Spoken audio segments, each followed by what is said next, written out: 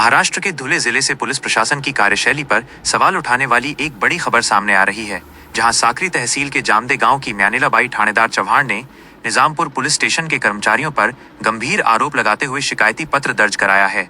पीड़ित महिला का आरोप है कि बीते 29 जुलाई 2026 की मध्य रात्रि करीब 2 बजे जब वो और उनके पति थानेदार अहिर चव्हाण घर में सो रहे थे, तब पुलिस कर्मियों ने बिना किसी अपराध या एफआईआर के उनके पति को जबरन उठा लिया और विरोध करने पर उनके साथ मारपीट भी की।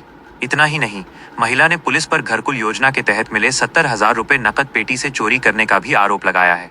फासे पारधी आदिवासी समुदाय से ताल्लुक रखने वाले इस परिवार ने पुलिस प्रशासन पर उनके समुदाय को निशाना बनाकर गैरकानूनी तरीके से कॉम्बिंग ऑपरेशन और उत्पीड़न करने का आरोप लगाते हुए दोषी पुलिस कर्मियों पर मुकदमा दर्ज करने, पति को तत्काल रिहा करने और 70,000 रुपए वापस दिलाने की मांग की है।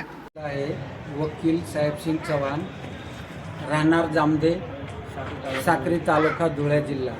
मी पारधी आहे, समाजाचा मी पारधी आहे, पण आमच्या गावामध्ये सरकारने थोडासा अन्याय केलेला आहे।